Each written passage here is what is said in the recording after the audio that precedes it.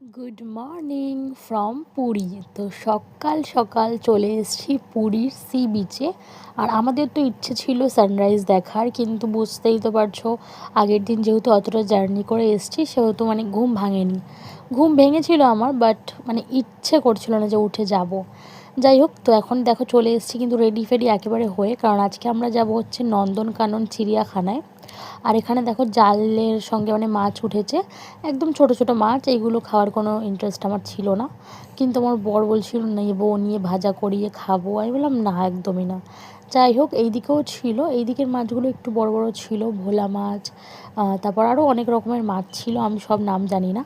যাই হোক, তো এখন আমরা খাবো চা, তারপর করব ব্রেকফাস্ট, তারপর যাব হচ্ছে ঘুরতে। আর দেখো এখানে উঠ দেখে তো আমার ছেলে ওঠার জন্য পাগল করে দিয়েছিল।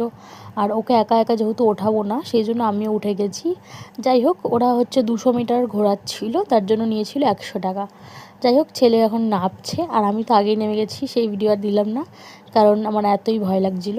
আর উঠেও আমার অনেক ভয় লাগছিল। যাই হোক, তো চলো এখন আমরা চা খেতে যাই। আর এখানে একটা চায়ের দোকান ছিল যেখানে খুবই ভালো চা বানাচ্ছিল, একদমই সামনে। আর এখানে দেখো সিঙ্গারা বলে আমার বর নিয়েছে। আর এর মধ্যে শুধু এখন আমরা কোথায় যাচ্ছি বলো? চিড়িয়াঘর। হ্যাঁ, দেখতেই তো পেলে আমরা যাচ্ছি এখন চিড়িয়াঘর। আর আমরা কিন্তু যাব বাসে করে, কারণ এখান থেকে প্রাইভেট আমরা যদি কোনো গাড়ি বা অটো নিতাম, তো আমাদের দুজনের, যেহেতু আমরা দুজন, সেহেতু খরচাটা খুবই বেশি পড়ে যেত। সেই জন্য আমরা কিন্তু বাসেই যাব। আর চলে এসেছি এখন একটা টোটো ধরে বাস স্ট্যান্ডে। এখানে দেখো অনেক রকমের বাস আছে, আর একটু পরপরই তোমরা কিন্তু বাস পেয়ে যাবে নন্দনকানন, তারপরে উদয়গিরি, খণ্ডগিরি, সূর্য মন্দির, সব জায়গা যাওয়ার জন্য কিন্তু বাস পেয়ে যাবে। তো আমরা এসেই একটা এসি বাস দেখে নিলাম, কারণ ওখানে প্রচণ্ড গরম। কলকাতায় অল্প অল্প ঠান্ডা পড়েছে, বাট উড়িষ্যাতে এখন অনেক গরম। তো এসি বাস নিয়ে আমরা বসেও পড়লাম। আর টিকিট নিয়েছিল মাত্র 100 টাকা করে। আর গাড়িতে আমাদের জানো কত বলেছিল? গাড়িতে না, অটোতে বলেছিল আমাদের দুজনের 1600 টাকা।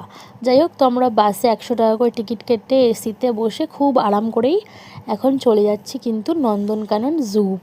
আর যেতে প্রায় সময় লেগে গেছিলো 1.5 থেকে 2 ঘন্টা। আর বাসটা যেখানে নামিয়েছিল ওখান থেকে না অনেকটাই দূর।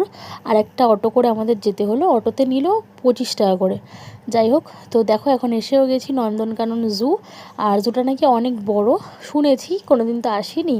আজকে ঘুরে দেখবো পুরোটা, আর তোমাদেরকেও কিন্তু দেখাবো। তার জন্য ওয়েট করতে হবে নেক্সট ভিডিওর জন্য। টাটা।